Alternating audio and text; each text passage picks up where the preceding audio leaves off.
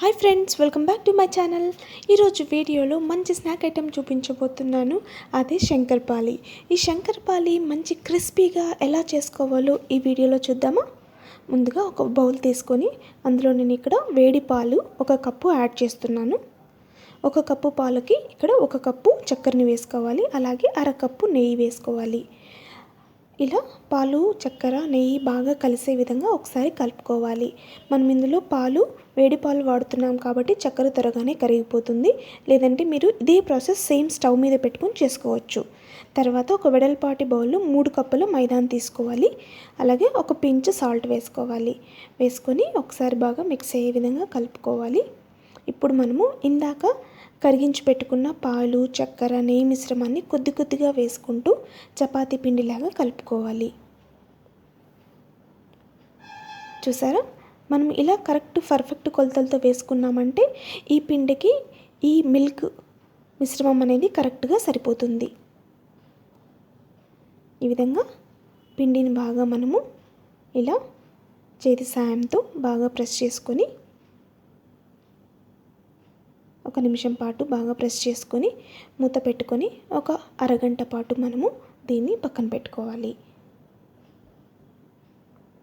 ఇప్పుడు చూసారా, అరగంట తర్వాత మనము ఈ పిండిని ఇంకొక నిమిషం పాటు బాగా ప్రెస్ చేసుకొని చపాతీ కన్నా కొంచెం పెద్ద సైజు ఉండేలాగా మనము ఇలా కట్ చేసుకొని పక్కన పెట్టుకోవాలి.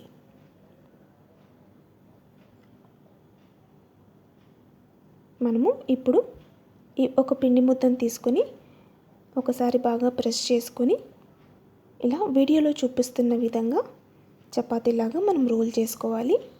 ఇలా పొడి పిండి వేసుకొని రోల్ చేసుకోవాలి. మనం చపాతీకి చాలా పల్చగా చేసుకుంటాం కదా, ఈ శంకరపాలిని చేసుకోవడానికి కొద్దిగా మందం ఉండాలి. చూసారా, ఈ మందం ఉన్నా సరిపోతుంది, లేదా ఇంకాస్త మందంగా ఉన్నా కూడా ఇవి బాగా పొంగుతాయి. ఈ విధంగా మనకు నచ్చిన షేప్లో మనము శంకరపాలిని కట్ చేసుకొని పెట్టుకోవాలి.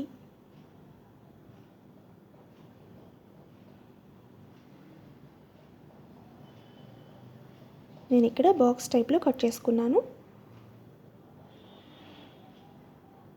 ఇప్పుడు మనము ఇలా అన్నీ సిద్ధం చేసుకొని వీటిని ఇప్పుడు డీప్ ఫ్రై చేసుకోవాలి. దానికి ముందు మనము ఆయిల్ పెట్టుకొని ఆయిల్ని హై ఫ్లేమ్లో హీట్ చేసుకొని మరి లో ఫ్లేమ్కి తగ్గించేసుకోవాలి. లో ఫ్లేమ్లో పెట్టుకొని ఇప్పుడు మనము శంకరపాలిని ఒక్కొక్కటిగా వేసుకోవాలి. ఇవి లో ఫ్లేమ్లోనే చేసుకోవాలి. ఇది లో ఫ్లేమ్లో పెట్టి ఇప్పుడు మనము అన్నీ వేసుకున్న తర్వాత అవి వాటంతకవే పైకి వస్తాయి. అప్పుడు మనము గ్యాస్ స్టవ్ ఫ్లేమ్ని మీడియంలోకి చేసుకొని మీడియం ఫ్లేమ్లోనే వీటిని ఫ్రై చేసుకోవాలి. అలా చేసుకుంటేనే లోపల వరకు బాగా ఫ్రై అవుతాయి. ఈ విధంగా మధ్య మధ్యలో మనము